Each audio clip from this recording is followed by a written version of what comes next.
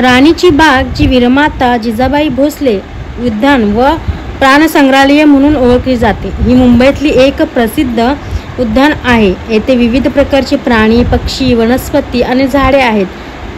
त्याचप्रमाणे या उद्यानात हत्ती, वाघ, सिंह, विविध प्रकारचे पक्षी, सरडे प्राणी आणि जलचर प्राणी आहेत। येथे विविध प्रकारच्या नमस्कार, श्री स्वामी समर्थ। तर आज मी खूप दिवसांनी ब्लॉग बनवते, कारण मला जॉबला लागल्यामुळे मला ब्लॉग बनवता येत नाही। सो आज आम्ही डायरेक्ट राणीच्या बागेत आलो आहे आणि आज राणीचा देखील बड्डे आहे। So happy birthday, many many happy returns of the day आणि स्वामी तुझ्या सगळ्या इच्छा पूर्ण करो। सो आज आम्ही राणीच्या बागेत आलो आहे आणि आराध्याची पण खूप इच्छा होती। लास्ट टाईम आम्ही आलो होतो तेव्हा बंद होतो। सो आता आम्ही फायनली आलो आहे आणि आता बघूया आपण इकडे तिकीट काढणार आहोत। तर भायखळ्यावरून आहे, जर कोणाला माहिती नसेल, भरपूर लोकांना माहितीच आहे, पण जर कोणाला माहिती नसेल तर भायखळ्यावरून 5 मिनिटाच्या अंतरावरती आहे। सो तुम्ही येऊन इकडे विजिट करू शकता। सो चला आता आपण पहिले तिकीट काढूया। सो इथे तिकीट काढायला आम्ही पोचलो आहे, पण इथे तिकीट 12 वर्षाच्या ज्या खाली मुलं असतील त्यांची तुम्ही तिकीट नाही काढलात तरी चालेल।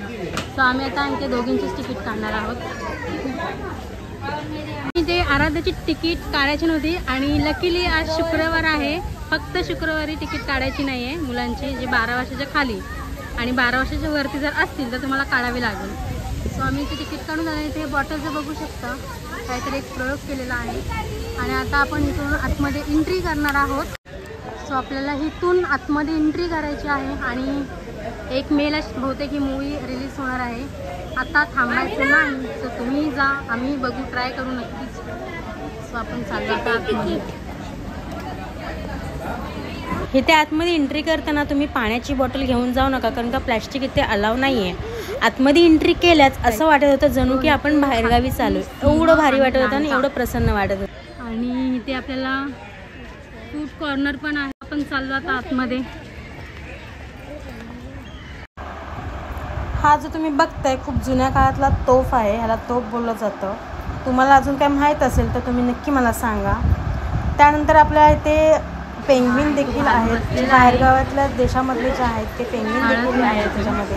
या विद्यानात प्राण संग्रहालय देखील आहे, जिथे अनेक प्राण्यांना पाहता येतं। आपल्या मुंबईतली भायखळा येथे आहे, हे सगळ्यांना माहिती असेल। हे उद्यान लहान मुलांसाठी एक मजेदार ठिकाण आहे आणि हे उद्यान पर्यटकांसाठी देखील एक लोकप्रिय ठिकाण आहे। राणीची बाग किंवा वीरमाता जिजाबाई भोसले उद्यान हे मुंबईतले एक ऐतिहासिक आणि मनोरंजक ठिकाण आहे। इथे फिरण्यासाठी येणाऱ्या लोकांना विविध प्रकारचे प्राणी, वनस्पती आणि निसर्गाचे रम्य अनुभवता येतात। तसंच राणीच्या बागेत झाडे, झुडपे, लता आणि 100 ओलांडलेले अनेक वृक्ष याचा संचय असलेला अनमोल खजिना आहे। ही बाग म्हणजे 283 प्रजातीच्या 3213 वृक्षांचे आणि 853 वनस्पती जातींचे आश्रयस्थान आहे। याशिवाय अनेक सस्तन प्राणी, पक्षी आणि कीटक याचे वास्तव्य या उद्यानात आहेत। मुंबईतली इतर कुठल्याही उद्यानात इतके वनस्पती विविध सापडत नाही। येथील कित्येक वृक्षांनी 100 पार पाडलेले आहेत। काही इतके दुर्मिळ आहेत की मुंबईत अन्यत्र ते क्वचित आढळतात। मुंबईतली महाविद्यालयातील तसेच मुंबई विद्यापीठातील पदव्युत्तर अभ्यासक्रमाचे वनस्पती शास्त्राचे विद्यार्थी येथे अभ्यासासाठी आणि भेटीसाठी येतात। भारतातील सर्वात मोठ्या वनस्पती संग्रहालयापैकी एक असलेले मुंबईतली ब्लॅटर्ड हर्बेरियममध्ये आणि राणीच्या बागेतली वनस्पतीची 465 नमुने जतन केलेले आहेत। या उद्यानात आणखीन एक मानबंध आहे, तो म्हणजे हिरव्या रंगाचा लाकडी पट्ट्याच्या जाळीने बनवलेली पुरस्कार पात्र ठरलेली वनस्पती संरक्षिका, जी लंडनमध्ये क्यू येथे असलेल्या पाम हाऊसच्या धर्तीवर उभारलेली आहे। तसंच ही राणीची बाग 150 वर्ष पूर्वीची आहे। म्हणजे बोललं जातं की सगळ्यात पहिलं जर गार्डन बनलं असेल तर राणीची बाग आहे। आणि इथे खूप सारे मुलांसाठी आता खूप सुविधा केलेल्या आहेत, माणसांसाठी खूप साऱ्या सुविधा केलेल्या आहेत, जसं की लहान मुलांसाठी गार्डन आहे, खूप जी वयस्कर माणसं असू शकतात किंवा किंवा आताचं आपलं जनरेशन असेल, सगळ्यांसाठी खूप छान सुविधा आहेत. सो तुम्ही इथे जाऊन ह्या छानसा गोष्टींचा आनंद घ्या. पक्षी पहा, प्राणी पहा, खूप साऱ्या मस्त मस्त बघण्यासारखे आहेत. मुलांसाठी टाईमपास म्हणून गार्डन देखील आहे. इथे पक्षींचा तुम्ही आवाज ऐकू शकता, खूप मस्त आणि भारी येत होता. सो इथे व्हिडिओ काढण्यासाठी पण खूप छान आहे. म्हणजे ज्यांना व्हिडिओ काढायचे आहेत, जे लोक रील्स बनवत आहे, आजकाल आपण बनवतो रील्स म्हणा, यूट्यूब चॅनलसाठी व्हिडिओज म्हणा, जसं की आता मीही बनवते आहे. सो असं पण खूप साऱ्या गोष्टी तुम्ही इथे करू शकता चांगल्या चांगल्या. सो नक्की या, एकदा व्हिजिट करा आणि तुम्हालाही कसं वाटलं तेही मला नक्की एकदा कमेंट करा, जेणेकरून मलाही कळे की अजून मला व्हिडिओ बनवायचे आहेत आणि मी बनवल्या पाहिजे, तुमच्यापर्यंत पोचल्या पाहिजेत. सो नक्की हा प्रयत्न किंवा तुमचं जे प्रेम आहे ते देत आहे ते असंच भरभराट राहू द्या तुमचं.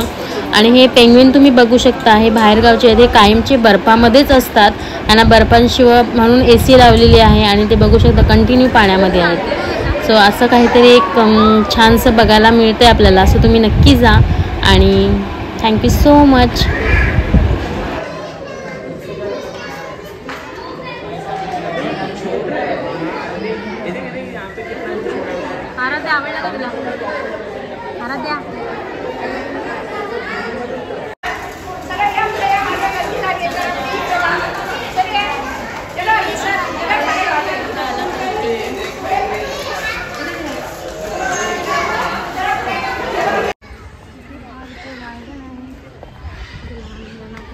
खेळू शकता आणि इकडे ही आराध्यातून नुकड्या मारते. इथे पक्ष्यांचे नंदनवन करून आहे. मोर, भरपूर सारे पक्षी आहेत आतमध्ये, आपण जाऊन बघूया. मोर पण असणार, खूप सारे पक्षी आहेत, त्यांची मला नावं काय माहीत नाही. तुम्हाला जर माहीत असेल तर नक्कीच कमेंट करा.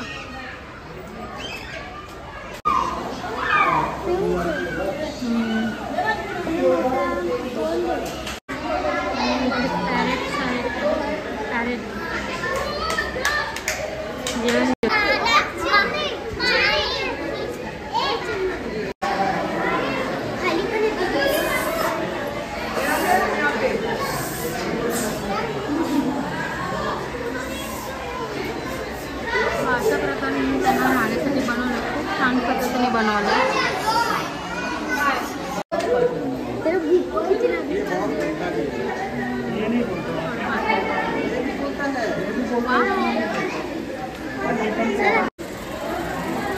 इथे एकाच झाडावर तुम्ही बघू शकता खूप सारे पक्षी बसले. काय बोलते, टोटल्स आहेत, कासव आहेत, बघू शकता तेवढे मोठे मोठे. ह्याच्याहून सुद्धा मोठे असतात, खूप मोठे असतात ह्याच्याहून. कधी एवढे असतात मोठे.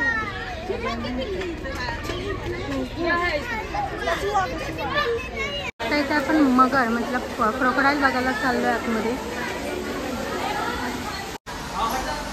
सो हे मगरमच्छसाठी बनवलेलं आहे. खूप भारी वाटतं बघण्यासाठी पण आणि काहीतरी युनिक वाटतं असं की कुठेतरी आपण बाहेर आल्यासारखं. सो खूप छान आहे इथलं जे हे बनवलं आहे, जे हे काम केलं आहे, तुम्ही बघू शकता. खूप छान काम केलं आहे.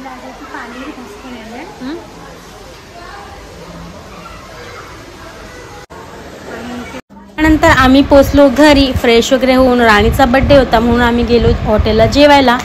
तर आमच्या इथेच एक हॉटेल आहे, तिथे जेवायला गेलो. खूप छान जेवण होतं आणि सर्विस देखील खूप छान आहे.